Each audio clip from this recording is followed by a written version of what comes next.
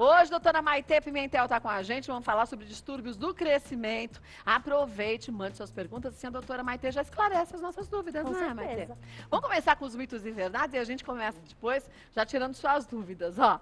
Todos os problemas de crescimento precisam ser tratados com hormônio de crescimento. Mito. Mito, né? Então a gente acha que crescimento é só do hormônio de crescimento. São mais de 26 causas que interferem no crescimento das crianças, né? Desde a alimentação, hormônios, puberdade precoce ou tardia, se esse alimento está sendo absorvido, doença celíaca. Então, quando a gente tem um déficit de hormônio, um déficit de crescimento, a gente tem que investigar, na verdade, todas as causas. E uma interfere na outra, Kátia. Não é porque você tem, por exemplo, falta de ferro, só aquilo está interferindo. Quer dizer, cada deficiência que eu tenho é um pontinho que vai se acumulando para esse crescimento não acontecer como normal, né? Então, as mães não se enganem. Não é porque, às vezes, um exame vê alterado, não cresce só por causa disso. Tem que ser feita uma investigação completa dessa criança. Tá.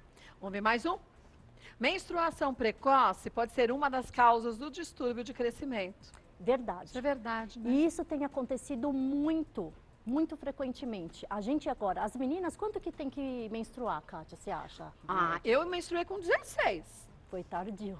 Bem tardio. Ó, minha sobrinha, a Gabi, menstruou com 10 anos, 11 anos. A média é Muito essa, cedo. uns 11, 12 anos, Mas né? não é muito cedo? Também acho. O que acontece é, quando a gente menstrua muito precocemente, a gente bloqueia o hormônio de crescimento. Então, você para de crescer. Então, quando a menina teve a menarca, que é a primeira menstruação, a gente cresce ainda 2 a 5 centímetros nos próximos 2 anos. Você viu a Gabi, ela é pequenininha, minha A Gabi sobrinha. é pequenininha, verdade. Ela é baixinha. Ela menstruou cedo? 10, 11 anos. Tá. Então, a gente tem possibilidade de, fazendo o diagnóstico de uma puberdade precoce, bloquear isso para isso ir mais para frente, né? E outra, né? O amadurecimento dessa menina, muitas vezes, não está pronto para as cólicas, para tanta coisa, né? E a Tanta cabeça mudança, mesmo, a cabeça, né? Mudança né? do corpo. É. E aí, às vezes, vocês em casa, como é que eu vou saber se vai menstruar ou se não vai, né? Então, a primeira coisa que acontece é a mama começa a crescer um pouquinho, faz um bicudinho. E aí, se começarem a nascer os pelinhos pubianos, E na axila, né? aí começa um cheirinho a mais, até o couro cabeludo começa a ficar com mais oleosidade.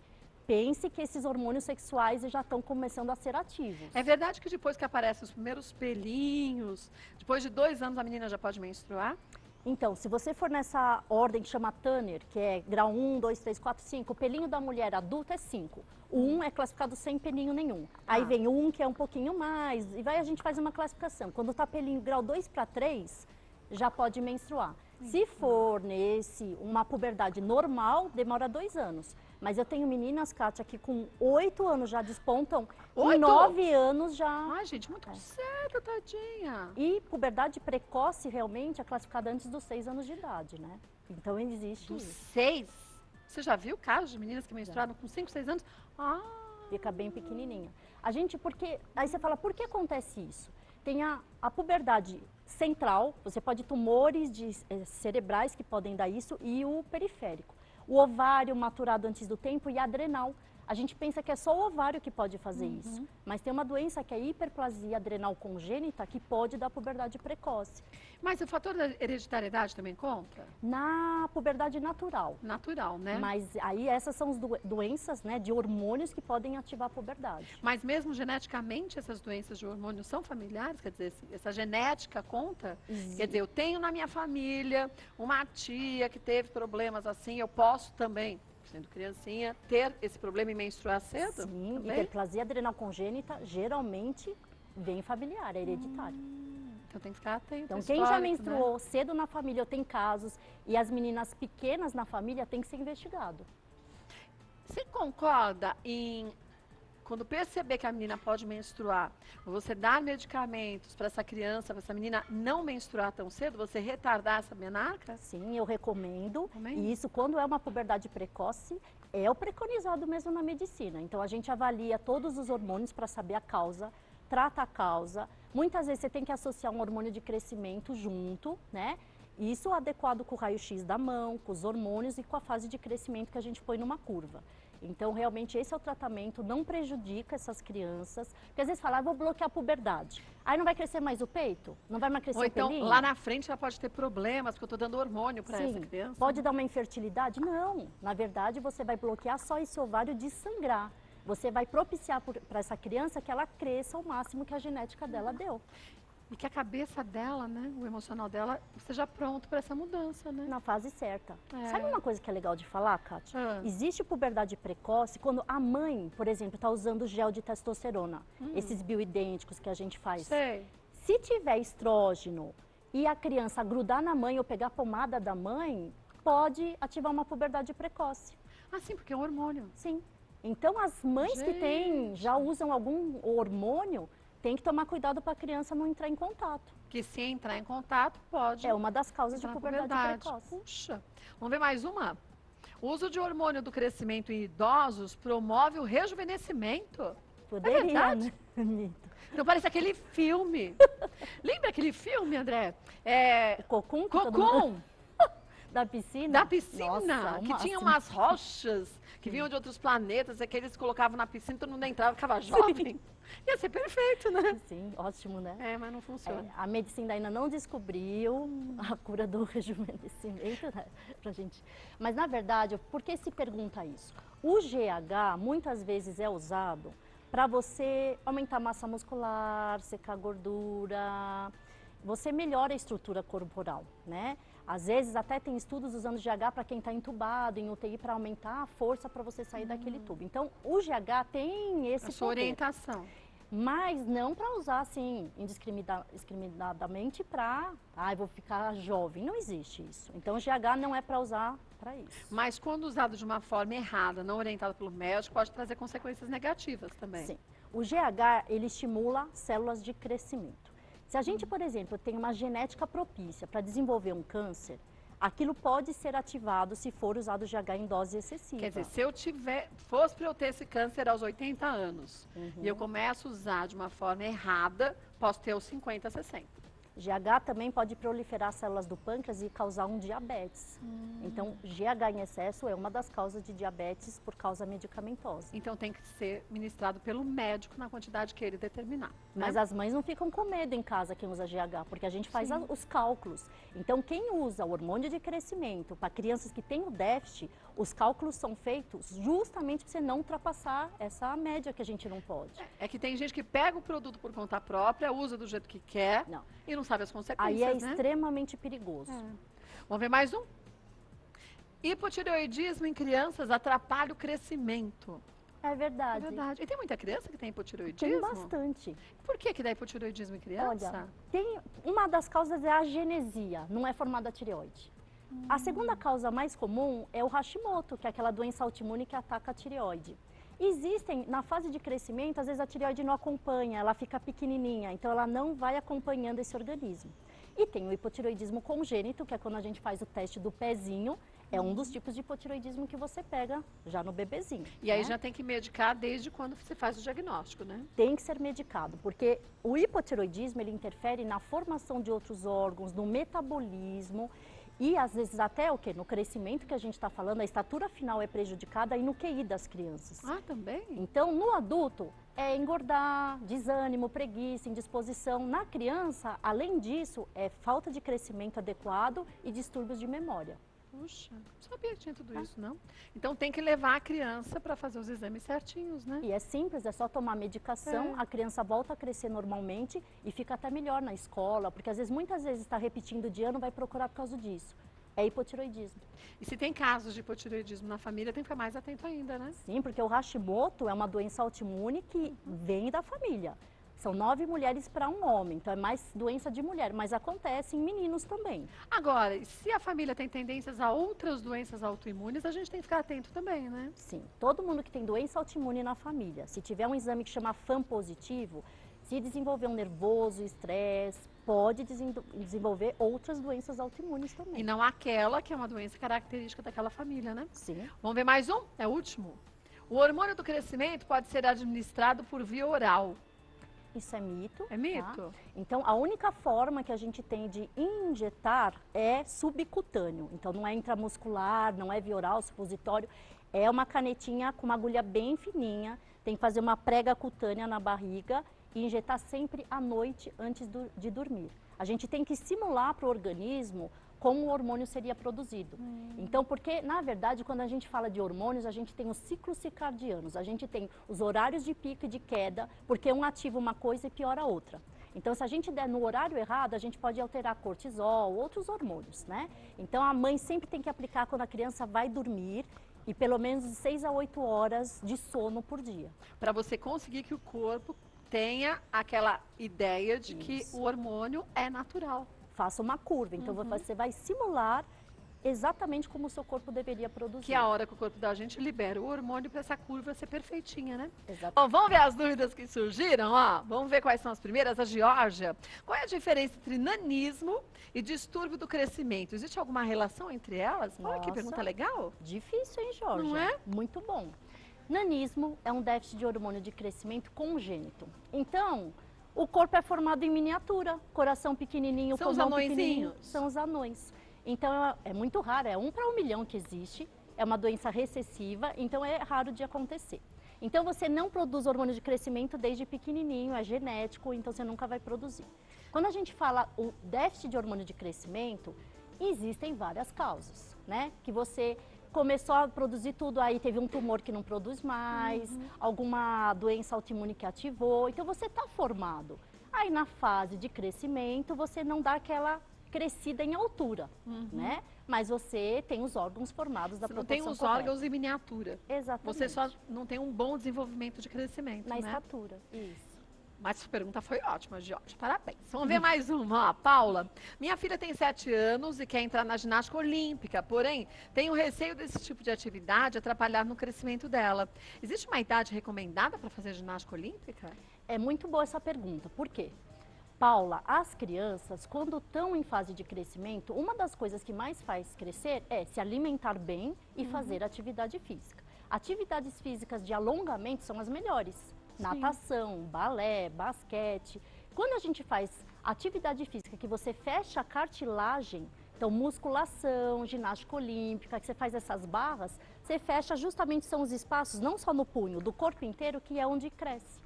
Aí você atrasa, ou não é que atrasa, não vai regredir, você faz não crescer tudo que poderia. E que é como se a gente tivesse uma distribuição desequilibrada para esse corpo, né? Quer dizer, o músculo cresce e o corpo não consegue desenvolver, né? Exatamente. Então, meninas, qual é o tempo de crescimento? Menina cresce até uns 12, 13 anos de idade óssea, do raio-x. Tá. Então, isso pode ser 15, 16 anos de idade.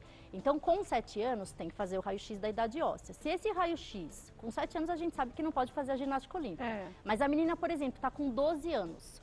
Faz o raio-x da idade óssea. Se já fechou a cartilagem, pode fazer ginástica olímpica. Se não fechou, ainda não. Agora, tem outras atividades que ela pode fazer parecidas com a ginástica olímpica, que é uma forma lúdica e tudo mais, e que não tem esse desenvolvimento tão grande muscular que a criança pode fazer também, né? Tem agora aula de circo, né? Tem de as circo que é crianças bem fazem. assim. Então, É tem mais ativi- lúdico, né? Não, não é parecido, né? Mas aí você não faz essas coisas de forçar a É a cartilagem. mesma linha, mas mais leve, né? Por isso que todo ginasta é com uma estatura menor. É verdade. Quem E depois começou a fica treinar. troncudinho, né? Tem até na internet um vídeo de um pai que fez a criança fazer musculação pequenininho, você já Aí viu eu vi, isso? achei aquele absurdo. Você viu como fica pequenininho? Ai, gente. E o garotinho tinha o quê? Uns 3, 4 anos? Sim. Tudo saradinho. Isso é, assim, vai dar déficit de crescimento com certeza, além de prejudicar a estrutura óssea, muscular dessa criança. Né? Ele devia ser processado. No mínimo. Você viu esse vídeo? Eu vi, achei horrível. Horrível uma atitude de um pai desse, Sim, né? Quer sim. dizer, o garoto é como se fosse um adulto musculoso em miniatura. Quer dizer, e o que isso vai causar para essa criança no futuro, Sim. né? Vamos ver mais uma. Márcia, o que acontece se o hormônio do crescimento é produzido em excesso no organismo? Também outra boa pergunta. Olha, hoje elas estão Estão afiadas, hein? É prova? É, deve ser, viu? Então, Márcia, o hormônio de crescimento depende da fase. Se tiver na fase de puberdade, com as cartilagens abertas, vai dar gigantismo. Se tiver já na fase adulta, fechado a cartilagem, por exemplo, a gente começar um hormônio de crescimento em excesso, isso se chama acromegalia. Aí você vai aumentar extremidades, a mulher começa, o homem perder o anel, começa o sapato perder, o nariz começa a ficar Você mais cresce achatado. numa as proporção. extremidades. É. Aqui o queixo alarga, dá diastema, que é alargamento dos dentes na frente. Mas acontece rápido isso? Isso não, é devagar. Então a primeira queixa é, o sapato aumentou de tamanho, meu dedo não tá cabendo mais o anel, não confunda, tá? Não confunda inchaço, né? É outra coisa. É outra né? coisa. Então existe isso. E você sabe que uma vez eu fiz diagnóstico o homem da balada? Eu estava no 5º ano da medicina. Homem da balada daquele lá? Na porta da balada. Tinha uma balada em Santos que chamava Reggae Night. E você. Gente, e você fez diagnóstico na. A Aí, pessoa foi. era o segurança. Aí ele tinha uma cara de acromegalia. Aí eu falei, você já escutou falar? Aí meus amigos, fica quieta, Maite, isso é indelicado.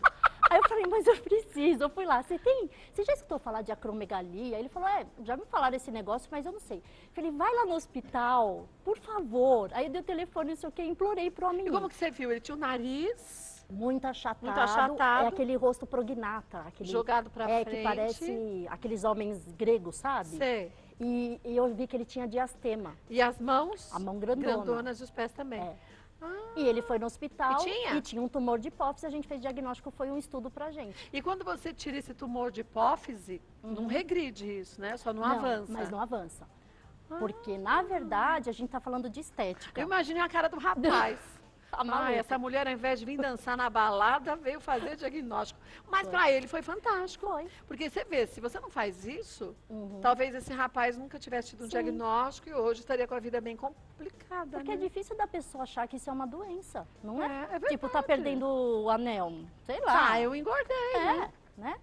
E o que acontece? Esse GH em excesso, macromegalia, pode aumentar o coração, aumenta o risco de câncer de intestino grosso. Então, tem outras coisas que acontecem, né? Então foi uma ótima pergunta, se a gente já pode até chegar nesse ponto que a Na gente Reggae ia Night. chegar, é verdade. Ó. Beijo pra você, Márcia. Vamos ver mais uma, Lorena. É verdade que grávidas que tenham problemas emocionais podem contribuir com o distúrbio do crescimento da criança? Se sim, por quê? Então, existem sim estudos, Lorena, que falam que alterações de depressão pode alterar alguns hormônios na produção dos hormônios de crescimento. Não de crescimento, porque o hormônio de crescimento na criança só acontece a partir dos 2 anos de idade. Então, até nanismo e uma déficit de hormônio de crescimento, a gente só faz diagnóstico depois dos 2 anos. Depois dos 2. Tá? Mas existem distúrbios na formação de alguns órgãos, principalmente retardo do crescimento intrauterino. Há relatos de mulheres depressivas, os neném nascem menorzinhos mesmo. É? Sim. A gente não sabe a conexão disso, mas existem estudos mostrando que a proporção aumenta.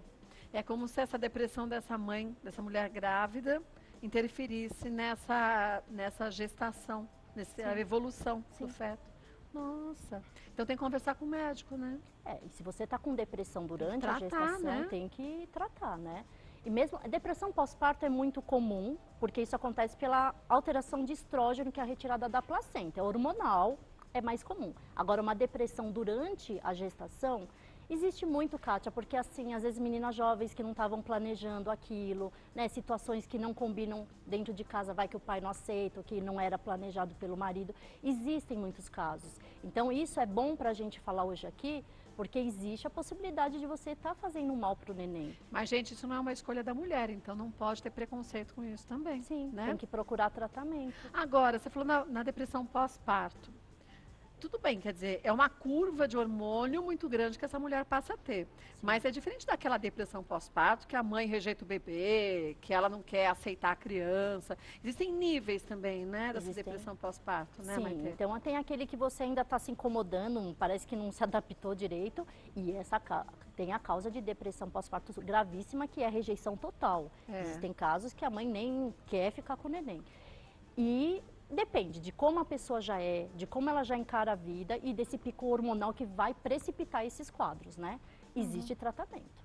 E tem que buscar o tratamento. Agora, se você já sofre de depressão, já conversa com o médico antes de engravidar, né? Sim. Já faz um tratamento antes de engravidar, para chegar na época da gravidez e você já está mais com o corpo equilibrado, né, Maite? E cuidado, porque não é todo antidepressivo que pode ser usado na gestação. Tomem cuidado. Existe antidepressivo que faz malformação em neném.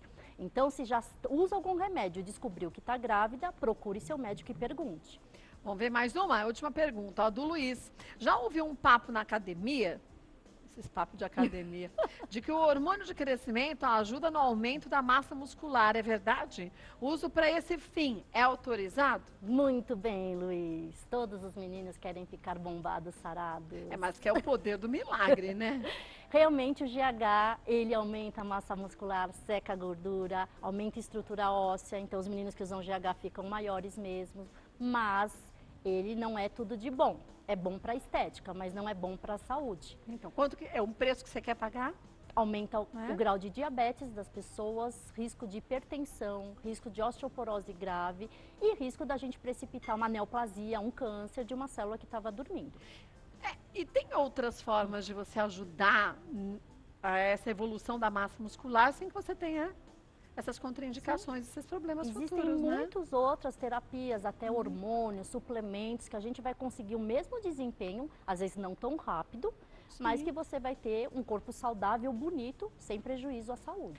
Luiz, porque eu não sei se você acredita, mas eu acredito nisso. Não adianta a gente pensar só na parte estética e depois, porque aí você fala assim, eu tenho 40 anos, tenho 30 anos. Não vai acontecer nada. Não vai acontecer nada. Mas uma hora você chega aos 50, né? 60, graças a Deus. E aí quando chegou lá, é um preço que você quer pagar só para ter ficado mais bonito? Isso realmente não vale a pena. É um tipo de terapia que, assim, eu contraindico total. Né? Existem alguns autores que falam que a dose não consegue fazer isso, mas se tem essa possibilidade, eu acho que se pode acontecer, se acontece com a gente é o 100%.